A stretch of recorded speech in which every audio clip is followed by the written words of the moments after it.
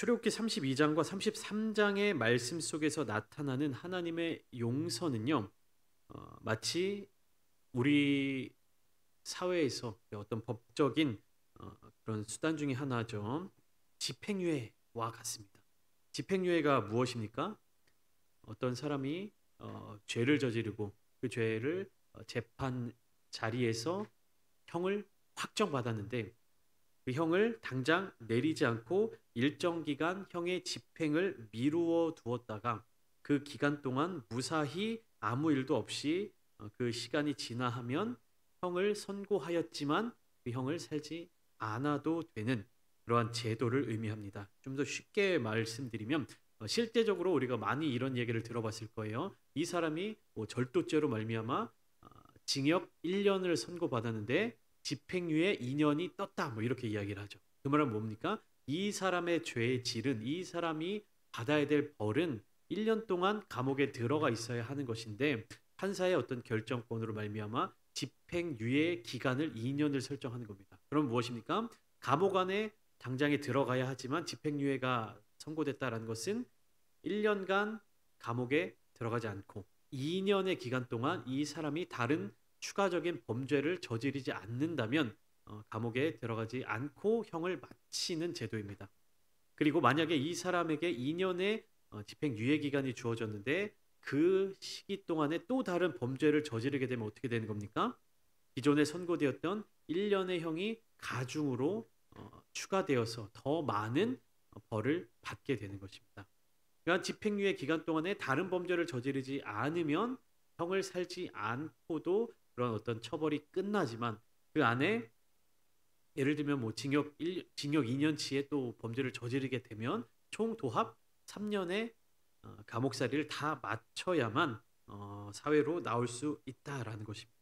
그러니까 완전히 용서가 되는 것이 아니라 이 사람이 죄가 없다라고 하는 것이 아니라 무엇입니까? 유예 미루어 준다는 것이에요. 조건을 붙여놓는 거예요. 어느 시기까지 네가 다른 죄를 저지르지 않으면 넘어가 줄게, 용서해 줄게. 실질적으로 집행유예는 용서의 개념은 아니지만 그 감옥에 들어가는 처벌은 면하게 해줄게라는 의미입니다.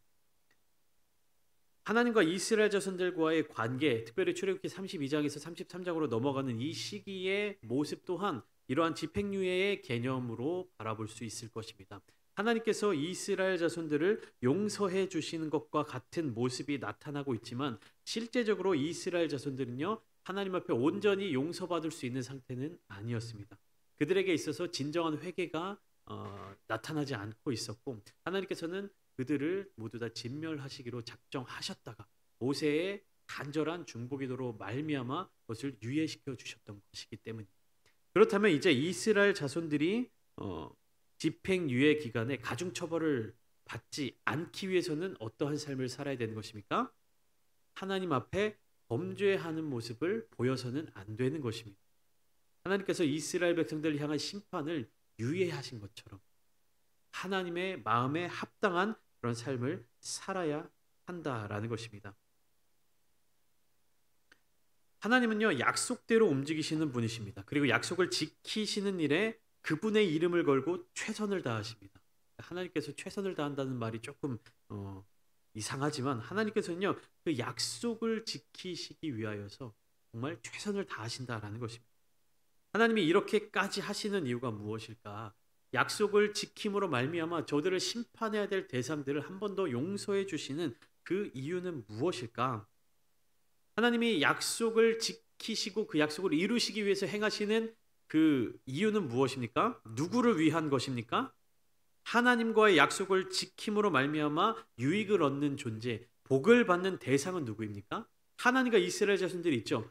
두 관계, 두 존재의 언약이 맺어졌습니다. 근데 그 언약을 하나님께서는 끝까지 지키기 위해서 계속해서 노력하시는 거예요. 일하시는 거예요. 누구를 위한 약속입니까? 이 약속이 지켜짐으로 말미암아 복을 얻게 되는 존재 누굽니까? 하나님이십니까? 이스라엘 자손들입니까? 이스라엘 자손들이.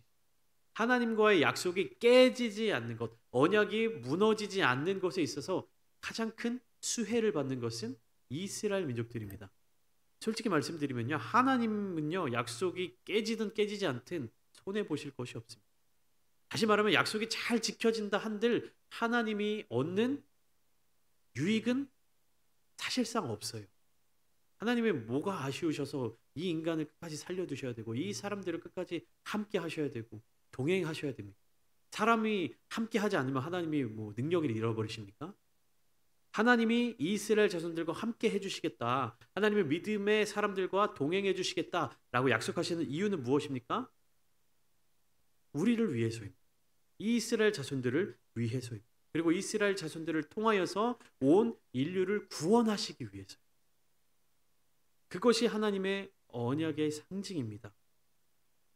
그런데 출애굽기를 쭉 읽어나가다 보면 마치 약속을 지켜야 되는 것을, 언약을 지켜내야 되는 것이 하나님께 유익이 되는 것 같은 모습들이 등장합니다.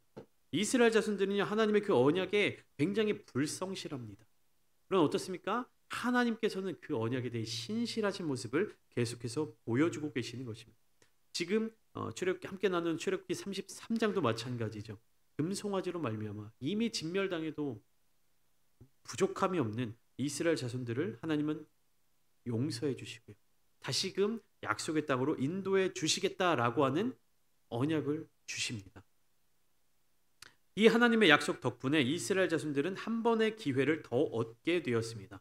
이 기회는요, 이스라엘 민족들의 능력으로 얻은 것도 아니고 또 완전히 용서를 받은 것도 아니었습니다. 그러니까 1절에서부터 나타나는 하나님의 말씀은 이스라엘을 용서했지만 그들과 함께 하기는 원하지 않으시는 하나님의 뜻이 담겨져 있는 것입니다. 이상하죠. 이스라엘 백성들을 용서해 주셨지만 그들과 함께 하지는 않으시겠다라고 말씀하시는 하나님의 마음. 그 마음이 무엇인지를 우리가 한 절 한 절 성경 말씀을 보시면서 함께 찾아가는 시간이 되었으면 좋겠습니다. 1절 말씀, 하나님께서는 뭐라고 말씀하시죠? 여호와께서 모세에게 이르시되, 모세에게 말씀하십니다. 너는 내가 애굽 땅에서 인도하여 낸 백성과 함께 여기를 떠나서 내가 아브라함과 이삭과 야곱에게 맹세하여 네 자손에게 주기로 한 그 땅으로 올라가라. 이렇게 말씀하시는데요. 하나님은 모세에게 말씀하고 있는 것이죠. 근데 모세에게 말씀하실 때 이스라엘 자손들을 어떻게 부르십니까? 이스라엘 자손들을 지칭하는 단어가 1절에서 무엇입니까? 네, 너는 내가 애굽 땅에서 인도하여 낸 백성. 백성이죠. 백성이 이제 어떤 백성입니까? 네가 애굽 땅에서 인도하여 낸 백성입니다. 이 백성이라는 단어를요, 우리가 주목해서 보아야 합니다. 그러니까 하나님께서 이스라엘 자손들을 백성으로 삼아 주셨는데 출애굽기의 초반부죠. 하나님이 애굽 땅에서 고통으로 말미암아 신음하는 이스라엘 자손들을 보시면서 모세를 부르시죠. 그리고 모세를 애굽 땅으로 보내시면서 주시는 말씀이 있습니다. 출애굽기 3장 10절 말씀인데요. 제가 읽어드리겠습니다. 이제 내가 너를 바로에게 보내어 너에게 내 백성 이스라엘 자손을 애굽에서 인도하여 내게 하리라. 출애굽기 3장에서는 하나님이 뭐라고 말씀하십니까? 이스라엘 자손들을 내 백성이라고 말씀하십니다. 나의 백성이라고 말씀하시죠. 근데 우리가 지난 시간 함께 나누었죠. 한 장만 앞으로 넘기셔서 출애굽기 32장 7절 말씀을 보시면 제가 또 읽어드릴게요. 이렇게 기록되어 있습니다. 여호와께서 모세에게 이르시되 너는 내려가라. 내가 애굽 땅에서 인도하여 낸 내 백성이 부패하였도다. 출애굽기 32장, 즉 금송아지 사건이 일어난 그때 하나님은 이스라엘 자손들을 어떻게 표현하십니까? 어떻게 부르십니까? 내 백성, 너의 백성, 네가 인도하여 낸 너의 백성이다. 이 말은 결국 무엇입니까? 내 백성으로 인정하고 싶지 않다. 그런데 모세의 그 눈물의 기도, 그 중보로 말미암아 하나님께서 33장 말씀이 시작되는 이 1절 말씀을 통해서는 그냥 그 백성, 이 백성 이렇게 이야기를 합니다. 한글 번역본에는 뭐 이나 그 이런 게 빠져 있는데요. 그 히브리어 원어를 보면 그런 의미가 담겨 있어요. 네가 애굽 땅에서 인도하여 낸 이 백성이 여기를 떠나게 해라. 이런 의미가 담겨져 있습니다. 바뀌는 것을 우리가 알아차릴 수 있어야 돼요. 처음에는 어떻습니까? 내 백성이었다. 아주 하나님의 사랑받는 가까운 친밀한 내 백성이었다가 금송아지 우상숭배의 범죄를 저지른 이스라엘 자손들을 뭐라고 말씀하십니까? 내 백성, 내 백성이 아니다. 너의 백성.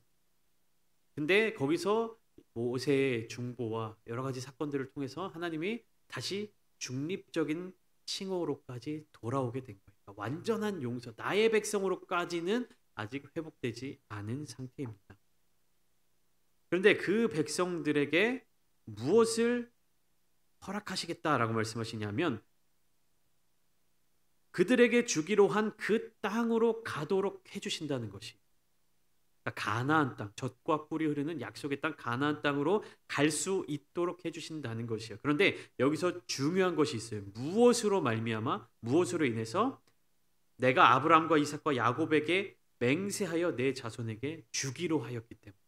다시 말하면 이스라엘 자손들이 예뻐서가 아니라 그들의 조상들과 한 약속 때문에, 그 약속을 끝까지 지키시는 하나님의 모습이 나타나고 있는 것입니다.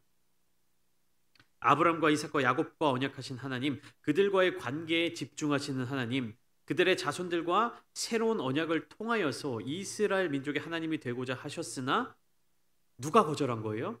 이 백성들이 거절한 겁니다. 이스라엘 자손들이 거절한 것입니다. 하나님은요 계속해서 손을 내미시고요, 그들의 조상들에게 약속하신 그 약속을 지키시기 위해서 계속해서 그들에게서 눈을 돌리지 않으시고 사랑으로서 함께 하셨는데 누가 배신한 거예요? 이스라엘 자손들이 배신한 겁니다. 상처받는 하나님의 모습을 우리가 바라볼 수 있어야 되는 것이죠. 이것은 신약 시대로 넘어오면 어떻게 되는 겁니까? 십자가를 지시는 예수님의 모습으로까지 이어지는 거예요. 왜 그러냐?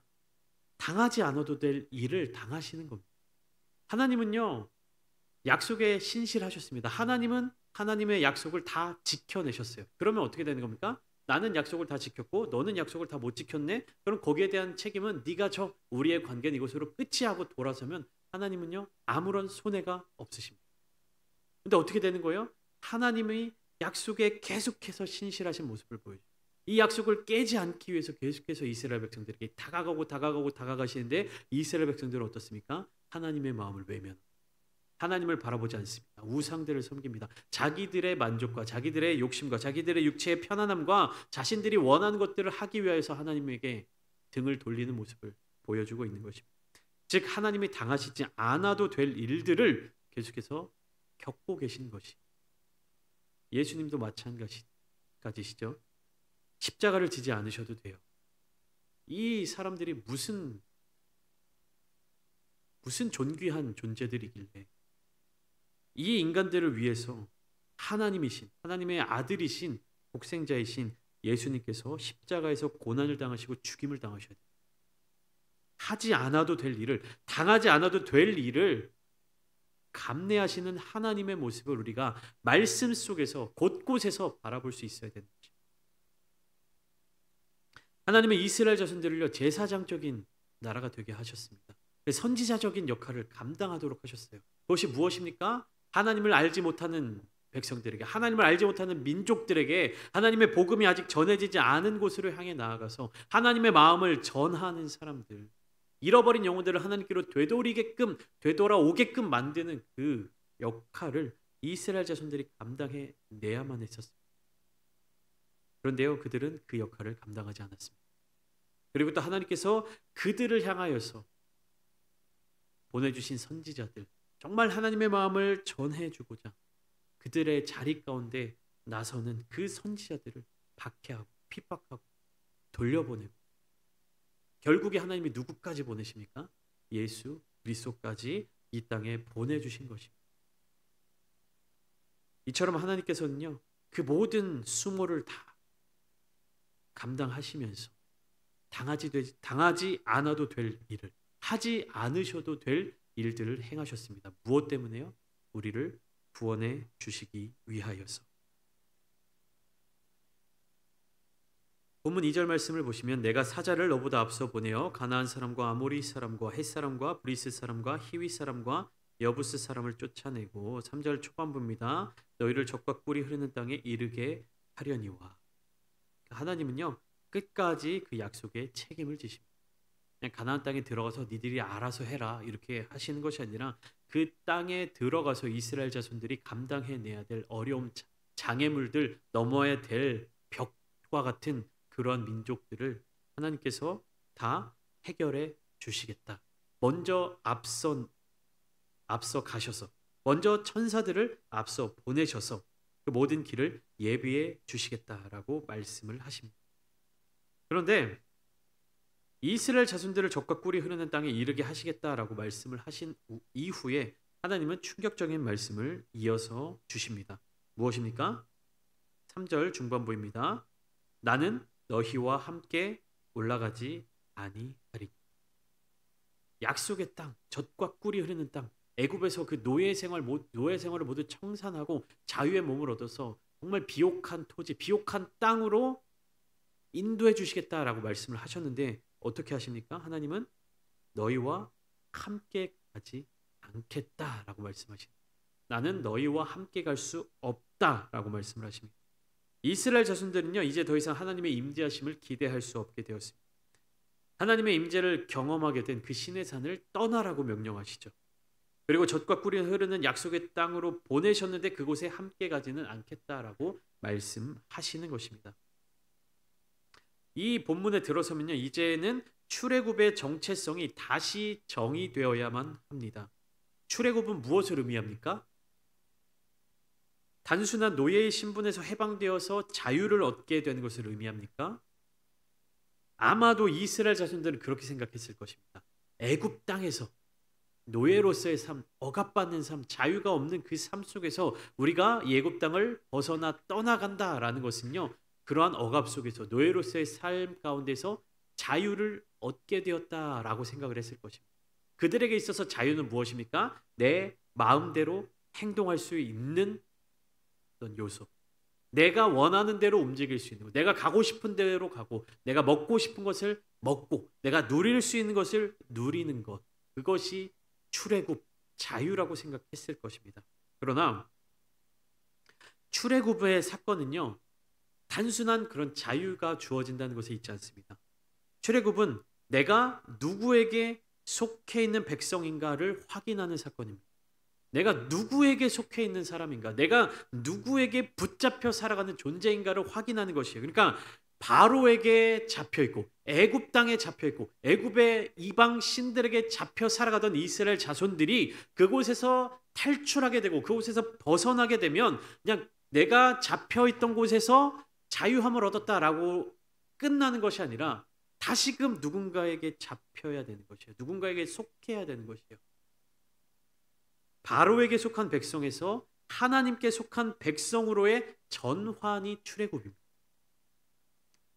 바로에게 속하지 않게 된 것도 중요하지만 그것보다 더 중요한 것은요, 하나님께 속한 백성이 되는 것입니다. 그래서 오늘 본문을 보시면 3절과 5절에서 반복되는 하나님의 말씀은요, 너희는 목이 곧은 백성인즉 내가 너희를 진멸하게 될 것이다 라는 말씀이에요. 너희는 목이 곧은 백성이다. 목이 곧은 백성이라는 것은 뭐지? 목이 뻣뻣한 백성이다. 숙이지 못하는 백성이다. 움직이지 못하는 백성이다. 돌이키지 못하는 백성이다. 그러니까 바로에게 속해 있던 이스라엘 백성들을 바로의 손에서 건져내 주셨으면 그 다음에 이스라엘 자손들은 누구에게 속해야 되는 겁니까? 자신들을 건져주신 하나님께로 속해야 되는데 하나님께로 들어오지 않는 거예요. 하나님께로 들어오지 않는 겁니다. 그렇기 때문에 이스라엘 자손들은요, 진멸하게 될 수밖에 없다는 것입니다. 여기서 하나님이 말씀하시는 이 내가 너희를 진멸하게 될 것이다, 너희를 진멸하리니, 이 말씀은요, 하나님이 작정하고 이스라엘 자손들을 치셔서 없애겠다라는 의미가 아닙니다. 여기서는 하나님이 진멸할 것이다 라고 어떤 의지적, 의도적, 주도적인 말씀을 주셨지만 사실 이 말씀의 핵심적인 본질을 다시 한번 잘 살펴보면요, 하나님께서 이스라엘 자손들을 쳐서 멸하시겠다는 의미가 아니라 하나님께서 이스라엘 자손들을 용서해 주시고 그들과 함께 하고 싶으시지만 이스라엘 자손들이 그들 가운데 머물러 있는 죄악된 속성, 너무나도 큰 죄죠. 우상 숭배의 죄를 해결하지 못하면 한없이 거룩하신 하나님의 성품, 속성, 그리고 큰 죄악의 속성, 이 두 가지가 함께 만나서 함께 할 수가 없다는 것입니다.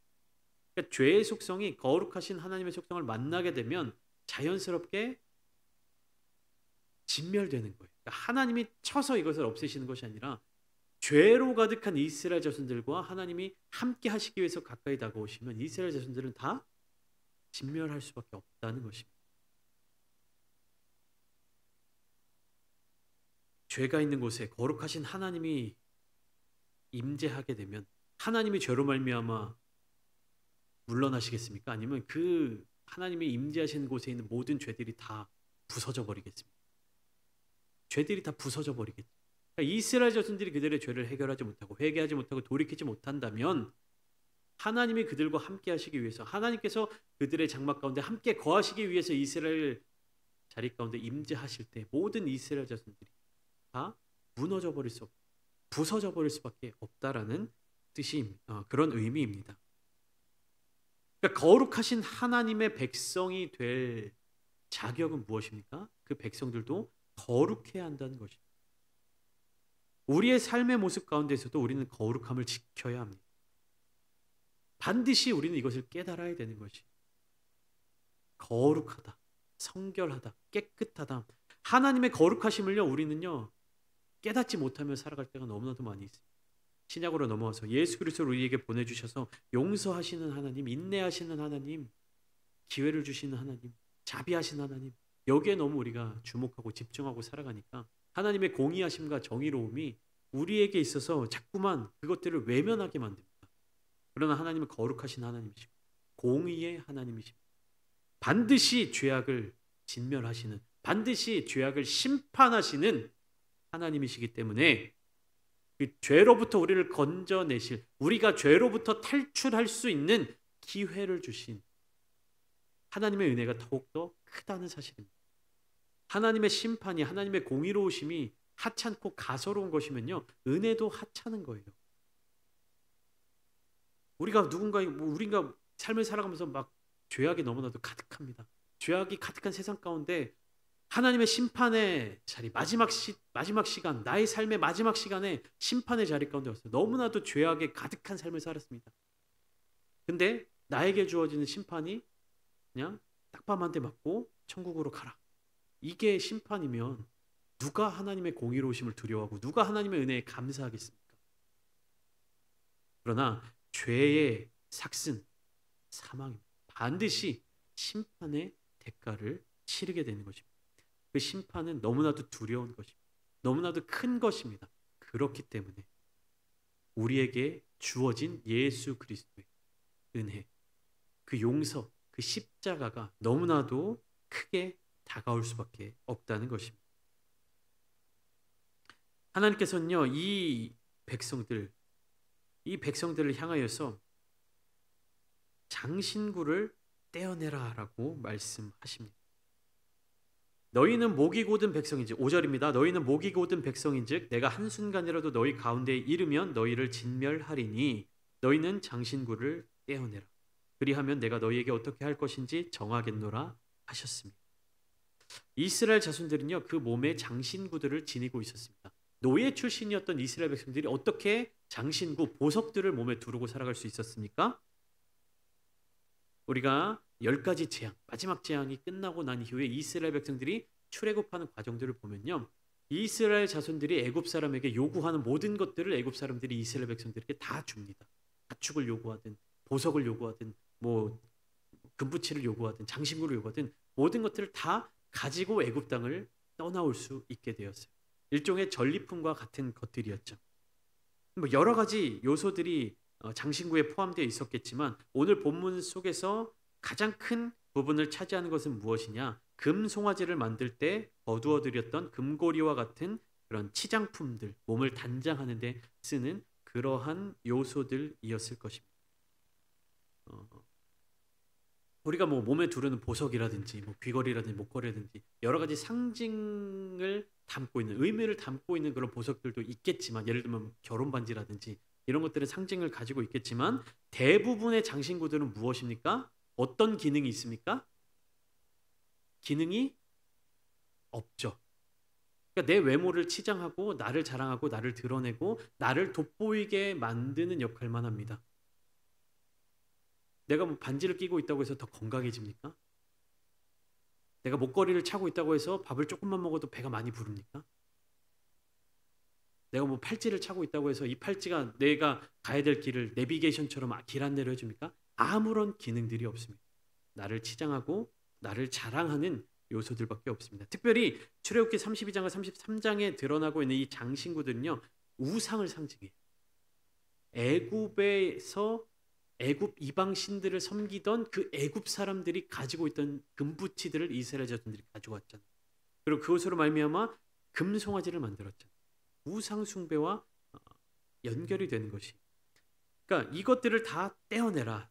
너희 몸에 있는 모든 장신구들을 다 떼어내라라고 하는 것은요. 물질이나 소유 혹은 자기를 치장하는 자기중심적인 모습들을 버려야만 했습니다. 그리고 누구만을 바라봐라? 하나님만을 바라봐라. 이스라엘 자손들은 큰 어려움을 겪고 나니까요. 이러한 하나님의 말씀에 순종할 수밖에 없었습니다. 이스라엘 자손들은요. 바로 이러한 모습으로 옷 한 벌, 신발 한 켤레로 40년이라고 하는 그 광야의 생활을 시작했습니다. 우리 조금 시간이 걸릴 것 같지만 신명기 8장 2절부터 4절까지 말씀을 이렇게 찾아보시고 말씀을 마무리하도록 하겠습니다. 신명기 8장 2절부터 4절 말씀입니다. 신명기 8장 2절부터 4절 말씀 함께 읽어보도록 하겠습니다.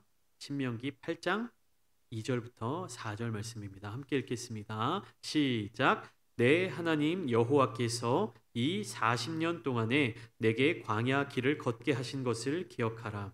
이는 너를 낮추시며 너를 시험하사 내 마음이 어떠한지 그 명령을 지키는지 지키지 않는지 알려 하심이라. 너를 낮추시며 너를 줄이게 하시며 또 너도 알지 못하며 내 조상들도 알지 못하던 만나를 내게 먹이신 것은 사람이 떡으로만 사는 것이 아니요 여호와의 입에서 나오는 모든 말씀으로 사는 줄을 내가 알게 하려 하심이니라. 이 40년 동안에 내 의복이 헤어지지 아니하였고 내 발이 부르트지 아니하였느니라. 아멘. 이 40년 동안에 광야길을 걷게 하신 것을 기억하라라고 말씀하십니다. 하나님의 능력으로, 하나님의 말씀. 하나님의 백성은 무엇으로 말미암아 살아야 하는 것입니까? 하나님의 명령을 따라 하나님의 능력을 의지하며 하나님의 입에서 나오는 모든 말씀. 40년 동안 옷 한 벌로 신발 한 켤레로 살아내는 이스라엘 자손들. 하나님의 지켜주심으로 말미암아 오직 하나님만 의지하는, 오직 하나님만 바라보는 삶의 시작이 된 것입니다. 장신구를 떼어내라. 여러분들은 무엇을 의지하며 살아가십니까? 무엇을 추구하며 살아가십니까? 우리 몸에 붙어있는 장신구들, 우리의 마음속에 붙어있는 장신구들은 무엇이 있습니까? 하나님만을 의지하지 못하는 것, 하나님을 바라보지 못하는 것, 하나님이 아닌 내 안에 다른 어떤 것을 자랑하는 것, 내가 어떤 것을 가리고 있는 것들, 내가 붙잡고 있는 것들, 내가 버리지 못하고 있는 것들, 내가 붙들고 있는 장신구들은 어떤 것들이 있습니까? 여러분들 하나님만을 바라보며 살아가고 계십니까? 하나님만을 의지하며 살아가고 계십니까? 돌이켜보면요, 장신구들은요, 보석들은요, 우리에게 아무런 쓸모가 없습니다. 버려야만 합니다. 참된 보배이신, 참된 진리이신 하나님만을 바라보고 예수 그리스도만을 붙들며 살아가야 합니다. 내 두 손에 이 세상의 보석과 이 세상의 권력과 이 세상의 명예와 이 세상의 부와 어떠한 것들을 붙잡고 살아가야 되는 것이 아니라 오직 주님의 손을 붙들고 나아가야 합니다. 하나님만을 바라보며 나아가야 합니다. 모세는요, 하나님만 바라보며 살아갔던 사람이었습니다. 그렇기 때문에 7절부터 11절까지의 말씀을 통해서 하나님께서 모세와 친밀하게 대화를 나누신, 얼굴과 얼굴을 마주대하여 말씀을 나누시는 모습들이 나타나고 있는 것입니다. 모세와 같은 한 사람이 있었기 때문에 이스라엘 자손들은요, 다시금 기회를 얻었습니다. 그리고 이스라엘 자손들은요, 이 모세를 바라보면서 나 또한 하나님께로 회복될 수 있도록, 우리 민족들이 다시금 하나님께로 돌이킬 수 있도록 소망을 갖게 되었던 것입니다. 모세가 회막에 들어갔을 때 나타나는 이 현상들을 통해서 이스라엘 자손들은 다시금 하나님께 예배할 수 있는 자들이 되었습니다. 우상 숭배하던 자들이, 아론이 함께 있을 때는 우상 숭배에 빠졌던 자들이 모세가 돌아왔을 때 하나님을 예배하는 백성들로 바뀌었다라는 것입니다. 오늘 이 시간 함께 기도하실 때 여러분, 우리의 몸과 영혼, 마음 가운데 있는 장신구들을 떼어내십시오. 하나님만을 바라보십시오. 하나님만을 붙드십시오. 내가 알게 모르게 섬겼던 나의 삶 가운데 나를 주관하고 있는 우상, 모든 것들이 이 시간 결단하여서 떼어내 버리시며 하나님만을 붙들고 하나님께서 구원해 주시는 그 구원의 은혜를 충만하게 누리시는 모든 성도님들 되시기를 예수님의 이름으로 축원합니다.